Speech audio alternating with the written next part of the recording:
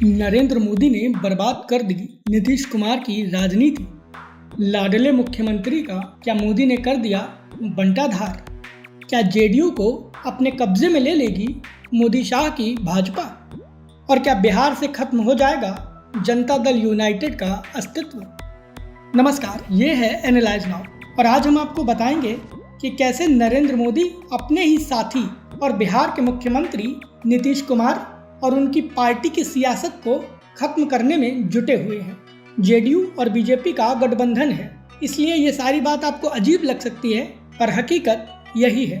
चलिए आज आपको इसके बारे में डिटेल में बताते हैं। बिहार में इस साल विधानसभा चुनाव होने हैं और तीसरे नंबर की पार्टी के नेता यानी नीतीश कुमार को बीजेपी ने मुख्यमंत्री बना रखा है। नीतीश कुमार पिछले 10 साल में इतनी बार बीजेपी और आरजेडी के बीच उलट पुलट कर चुके हैं कि उनकी राजनीतिक इमेज बर्बाद हो चुकी है और बीजेपी इसका सबसे ज़्यादा फायदा उठाने की कोशिश कर रही है।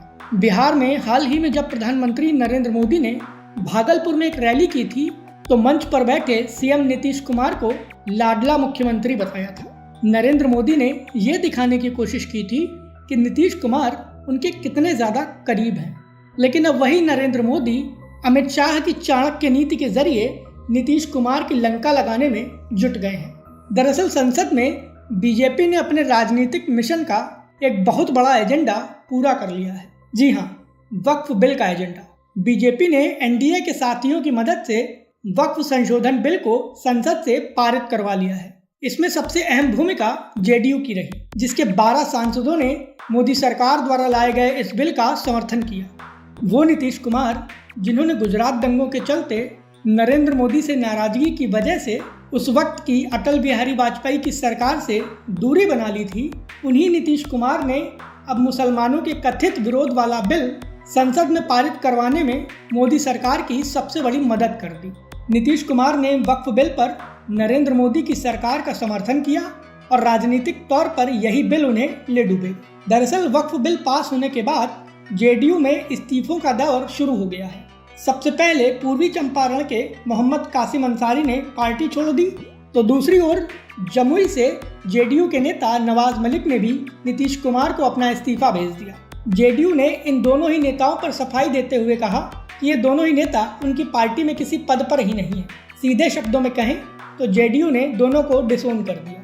केवल ये दो मुस्लिम नेता ही नहीं, बल्कि वक्फ के मुद्दे पर मोदी सरकार का समर्थन करके नीतीश कुमार ने अपने पैरों पर कुल्हाड़ी मार ली है, क्योंकि आंतरिक तौर पर जेडीयू के मुस्लिम नेता नीतीश कुमार के फैसले से काफ़ी नाराज हैं और अनुमान यह है कि आने वाले समय में नीतीश कुमार की पार्टी में बड़ी टूट हो सकती है। बीजेपी ने अपने राष्ट्रीय फायदे के लिए बिहार के मुख्यमंत्री नीतीश कुमार और उनकी पार्टी जेडीयू की बलि चढ़ा दी है और नतीजा ये है कि अब मुसलमान वर्ग नीतीश कुमार से सबसे ज़्यादा नाराज है, जिसके चलते यह माना जा रहा है कि मुसलमान इस बार बिहार में होने वाले विधानसभा चुनाव में नीतीश कुमार का तो कतई साथ नहीं देगा।